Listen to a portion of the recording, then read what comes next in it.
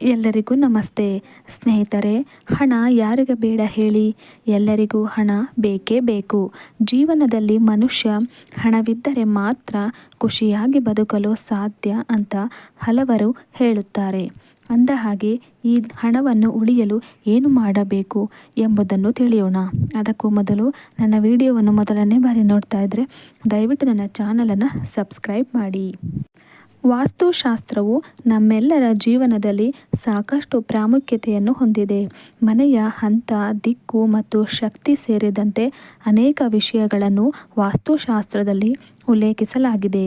ಧಾರ್ಮಿಕ ನಂಬಿಕೆಗಳ ಪ್ರಕಾರ ಪ್ರತಿದಿನ ಮನೆಯಲ್ಲಿ ಕೆಲವು ಕೆಲಸಗಳನ್ನು ಮಾಡುವ ಮೂಲಕ ಲಕ್ಷ್ಮೀ ದೇವಿಯ ಆಶೀರ್ವಾದವು ನಿಮ್ಮ ಮೇಲೆ ಇರುತ್ತದೆ. ಲಕ್ಷ್ಮಿ ಎಂದರೆ ಹಣ. ದುಡ್ಡು ಯಾರಿಗೆ ಬೇಡ ಹೇಳಿ? ಎಲ್ಲರಿಗೂ ದುಡ್ಡು ಬೇಕು.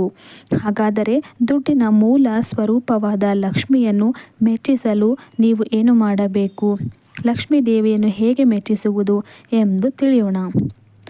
ಲಕ್ಷ್ಮೀ ದೇವಿಯನ್ನು ಸಂತುಷ್ಟಗೊಳಿಸಲು ಮನೆಯ ಮುಖ್ಯ ದ್ವಾರದಲ್ಲಿ ತೋರಣವನ್ನು ಸಹ ಸ್ಥಾಪಿಸಬೇಕು. ಇದು ವಿಶೇಷವಾಗಿ ಮಾವಿನ ಎಲೆ ತೋರಣ ಆಗಿದ್ದರೆ ಒಳ್ಳೆಯದು.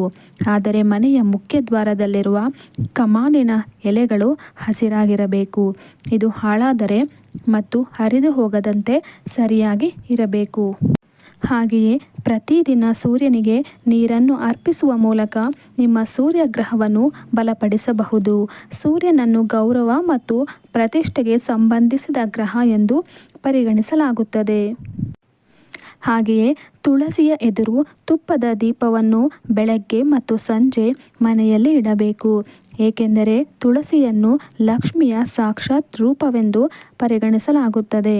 ಅಲ್ಲದೆ ಶುಕ್ರವಾರದಂದು ಉಪವಾಸ ಮತ್ತು ಲಕ್ಷ್ಮೀ ಸ್ತೋತ್ರವನ್ನು ಪಠಿಸುವುದರಿಂದ ಆರ್ಥಿಕ ಸಮಸ್ಯೆಗಳಿಂದ ಪರಿಹಾರ ಸಿಗುತ್ತದೆ. ಪ್ರತಿದಿನ ಸಂಜೆ ಮನೆಯ ಮುಖ್ಯ ದ್ವಾರದಲ್ಲಿ ದೀಪವನ್ನು ಬೆಳಗಿಸಿ. ಈ ಕಾರಣದಿಂದಾಗಿ ಮನೆಯಲ್ಲಿ ಸಕಾರಾತ್ಮಕ ಶಕ್ತಿ ಇರುತ್ತದೆ.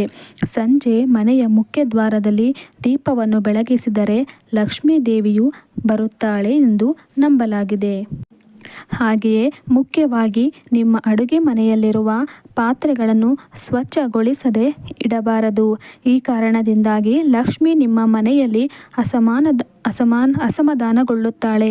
ಆದ್ದರಿಂದ ರಾತ್ರಿ ಮಲಗುವ ಮೊದಲು ನೀವು ಯಾವಾಗಲೂ ನಿಮ್ಮ ಅಡುಗೆ ಮನೆಯನ್ನು ಸ್ವಚ್ಛಗೊಳಿಸಬೇಕು. ಹಾಗೆಯೇ ಸ್ನೇಹಿತರೆ, ನಿಮ್ಮ ಮನೆಯಲ್ಲಿ ಪ್ರತಿದಿನ ಜಗಳಗಳು ನಡೆಯುತ್ತಿದ್ದರೆ ಮನೆಯಲ್ಲಿ ವಾತಾವರಣವು ಉತ್ತಮವಾಗಿಲ್ಲ ಎಂದರ್ಥ. ಇದರ ಹಿಂದೆ ನಕಾರಾತ್ಮಕ ಶಕ್ತಿ ಇದೆ ಎಂದರ್ಥ. ಆದ್ದರಿಂದ ಮನೆಯಲ್ಲಿ ಇರಿಸಲಾದ ನೀರಿನಲ್ಲಿ ಸ್ವಲ್ಪ ಉಪ್ಪನ್ನು ಹಾಕುವ ಮೂಲಕ ನಮ್ಮ ಮನೆಯಲ್ಲಿರುವ ನಕಾರಾತ್ಮಕ ಶಕ್ತಿಯನ್ನು ತೆಗೆದುಹಾಕಬಹುದು. ಹಾಗೆಯೇ ಮನೆಯಲ್ಲಿ ಕೊಳಕು ಇದ್ದರೆ ನಕಾರಾತ್ಮಕ ಶಕ್ತಿ ಆಕರ್ಷಿಸುತ್ತದೆ. ಆದ್ದರಿಂದ ಯಾವಾಗಲೂ ನಿಮ್ಮ ಮನೆಯಲ್ಲಿ ಸ್ವಚ್ಛವಾಗಿರಿಸಿಕೊಳ್ಳಿ. ಆದ್ದರಿಂದ ನಿಷ್ಪ್ರಯೋಜಕ ವಸ್ತುಗಳನ್ನು ಎಂದಿಗೂ ಮನೆಯಲ್ಲಿ ಇಡಬೇಡಿ.